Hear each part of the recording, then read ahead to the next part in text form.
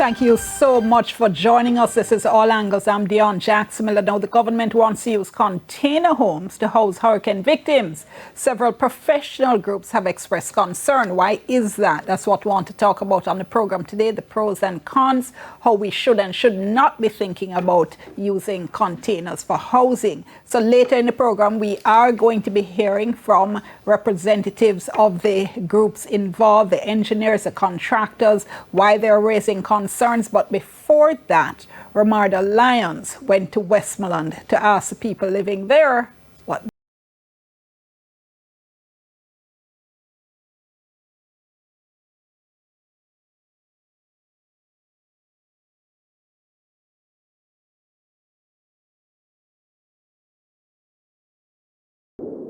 It's Friday, December 12, 2025.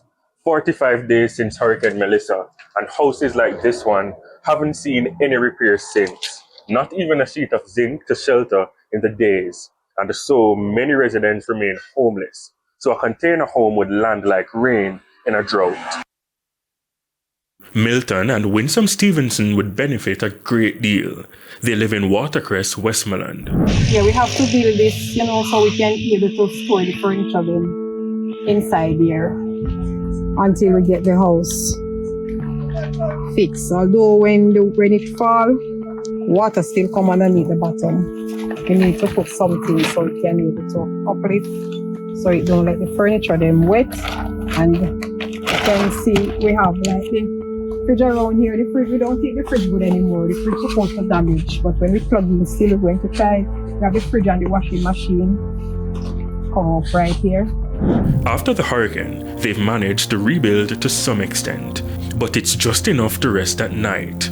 Even slight rainfall these days leaves them flooded. And it's not just the physical structure at stake, memories as well. Memories like these, pictures of their daughter and grandson.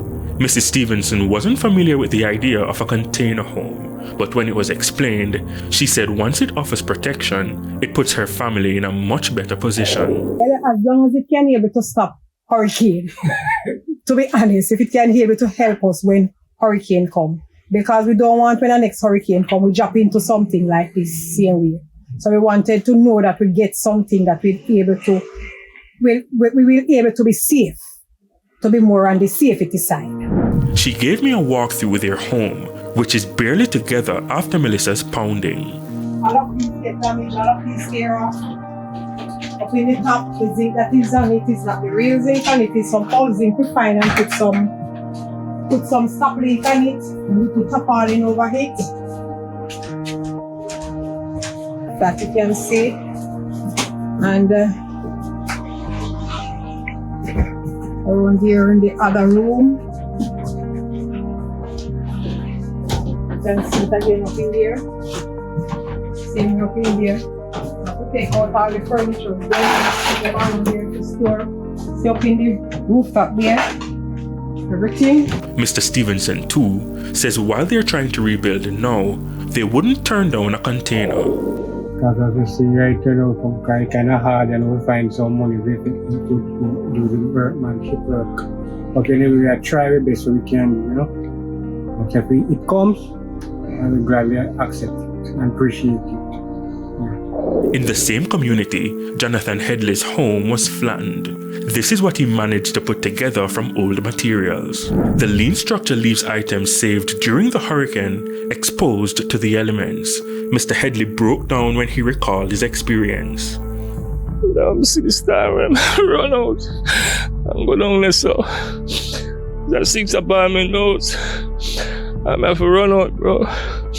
Let me see the mango tree dropping in the car. I'm have to run out, go down there, so then see the rooftop, the 5. And couldn't know better, I'm go down there, so and stay there, I'm start pray to God, I'm say, do Jesus. I'm start pray and pray. Tell me pray and pray and pray. Tell me some people are gonna come. I'm there and I just relax myself. And it's just stressful, brother. Trust me. And when it blow down, there's someone that see nothing. You know this. I'm looking shit there.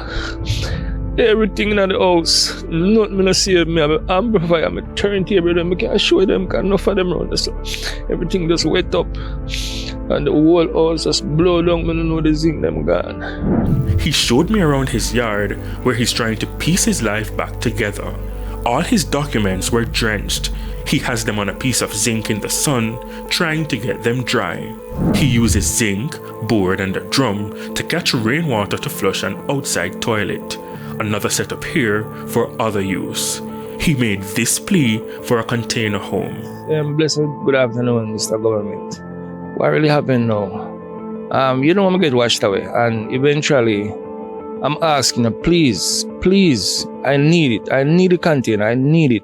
On November 19, 2025, Prime Minister Dr. Andrew Holness announced a plan to acquire about 5,000 container homes for people affected by Hurricane Melissa. Some would be for sale, while a portion is distributed in what Dr. Holness described as the worst cases assessed. Effectively, we have to do a rapid deployment of housing solutions. And the easiest way to do this is to use the containerized solutions. They do take some time to arrive in Jamaica. There's just certainly not the quantity to make an impact. So we have met and discussed it. We have taken the policy decision that these can be used. And so the process of acquiring them through the procurement process, they have been given the approval to move ahead with that. So that should start in short order. We are not going to get them here for Christmas. I just have to be frank with everybody. But we should start to see some coming in by late January. Now, container homes are exactly what they sound like. Homes made from the steel shipping containers that you see carrying goods everywhere on trains, trucks, and ships.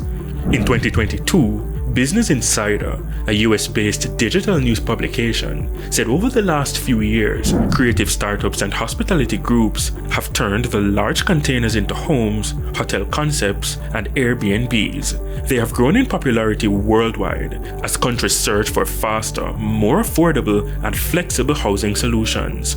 From large-scale projects in the Netherlands to developments in the United States, the United Kingdom, Australia, and Japan, container housing is increasingly being used for urban living, student accommodation, and post-disaster recovery.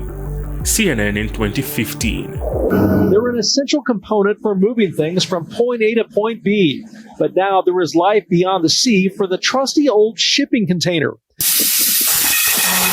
Turns out those massive metal boxes, they hold the future for cheap, sustainable housing. CBS News in 2019.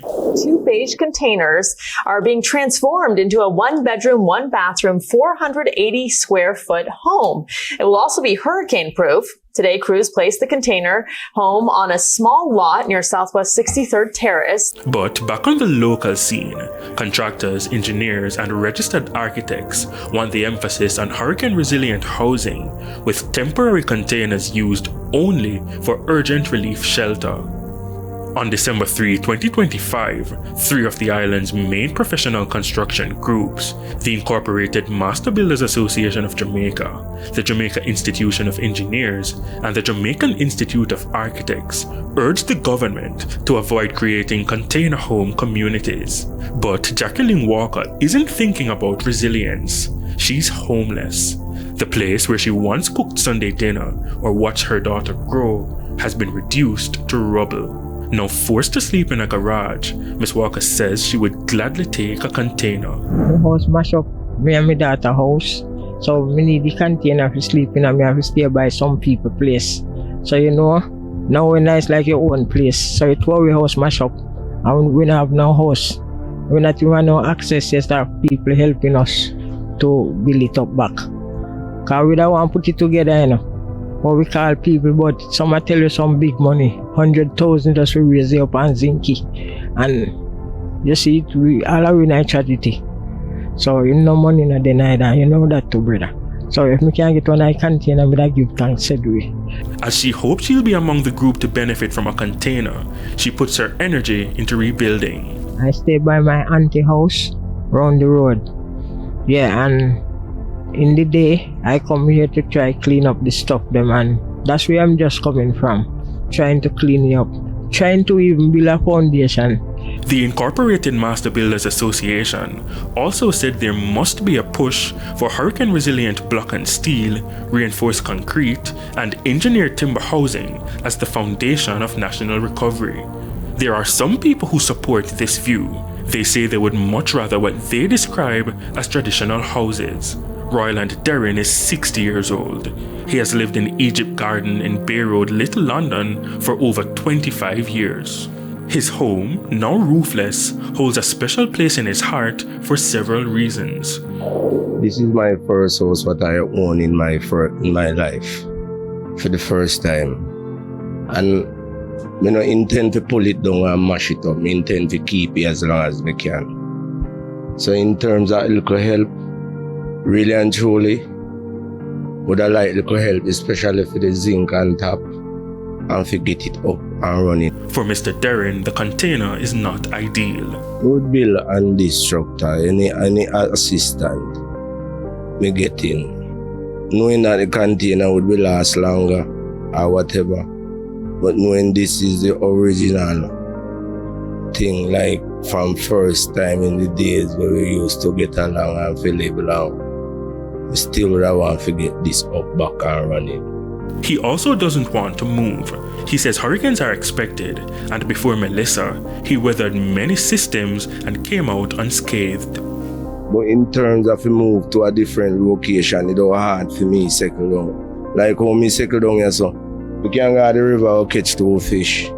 We can go up on the ground there so me plant, get 2 banana, some little things on my plant. It was hard for me move, but deal with a different era. He added, however, that the container would be more ideal under one circumstance. Let's say then destruction come again and completely all entirely over. Then me make the choice for that. But for right now, completely damaged that way, we can't restore it back. In the same area, Glenford Williams faced similar damage. His heart is against the container, as rebuilding here is his main goal.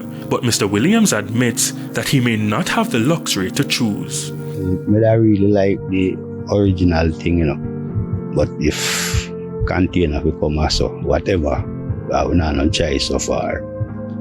His home, a family home, is now empty. You can see the backyard from the front. At the back, it's even worse. Privacy gone with Melissa. Beside it, debris is what's left of a relief home given to his grandmother after Hurricane Gilbert in 1988. A whole heap of us come to, mother house. So, kids and grandkids, friends and, enough shelter this do for people around here too. Farmer Donald Miller is now sheltering at his sister's home. The elder has one question. Where would a container go? Down by the road there. It's not my place. So I don't know if I could put it there because it's not my one place. And up here. Your concern is if you get one, where to put it. Right, that is it. I asked him if he would relocate to an area chosen by the government to be able to benefit from one of the containers. No, I can't leave here. I can't leave here. But I have a response to take care of. You understand? Romarda Lyons reporting for All Angles.